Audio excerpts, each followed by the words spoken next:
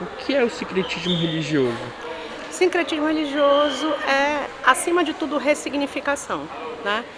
Todas as religiões que existem sobre a face da Terra são sincréticas. Muitas vezes a gente apenas imputa esta característica às religiões que sofreram algum tipo de dominação, né? No Brasil, muitas vezes a gente considera sincréticas as religiões de matrizes africana em função de todo o processo colonial e da proibição histórica, né?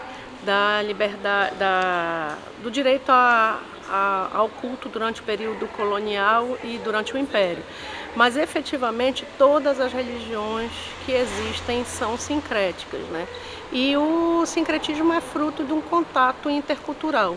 Toda vez que duas ou mais matrizes religiosas se encontram, invariavelmente vai haver trocas culturais e ressignificações, né? Então, a gente costuma dizer que o produto do encontro entre duas matrizes religiosas não é apenas a junção das mesmas, né? Mas é um processo de ressignificação, reinterpretação que dá origem a uma terceira matriz, né? Que é a matriz devidamente sincrética. Você já falou as características, né, do sincretismo.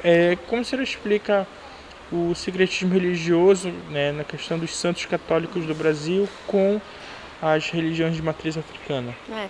Ainda sobre a questão das características, se você me permitir, eu acho que uma das principais características do sincretismo é a dinâmica, né? O sincretismo, ele é dinâmico e não tem início nem fim.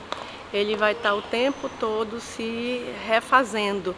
E muitas vezes a gente simplifica o conceito de sincretismo ao que a antropologia chamou de teoria da máscara, que é justamente a associação entre os santos católicos e os orixás, os deuses africanos, né? Que foi uma estratégia utilizada historicamente pelos negros escravizados no Brasil, né, em função da proibição do culto. Então há essa associação entre os santos e os orixás, mas o sincretismo é muito mais do que isso. Existe um sincretismo que está no plano do tempo. Nós acabamos, por exemplo, de vivenciar o tempo da Quaresma e o tempo da Páscoa, né? E esse tempo da Quaresma e o tempo da Páscoa, que advém do calendário próprio das religiões cristãs, elas adentram de uma forma ressignificada nas religiões de matriz africana. Existem, por exemplo, religiões de matriz africanas que cultuam este tempo sagrado, né? Cultuam não da mesma forma, mas cultuam de uma forma diferenciada, né? Há sincretismo que está no plano, por exemplo, da mitologia, né? E aí eu acho que talvez de certa forma responda à tua pergunta, né? A associação entre um santo e um orixá, ela advém, né, do processo de interpretação do mito do orixá e da geografia do santo, né? Então, por exemplo, uma orixá como Yansan, né, que é sincretizada aqui em Belém com Santa Bárbara. Existem características na história de vida desta santa que são associadas à mitologia da orixá Yansan. Então há sempre uma lógica, né? O que cabe ao pesquisador, o que cabe a nós é justamente entender qual é essa lógica dessa associação, porque Santa Bárbara e não outra santa qualquer, né?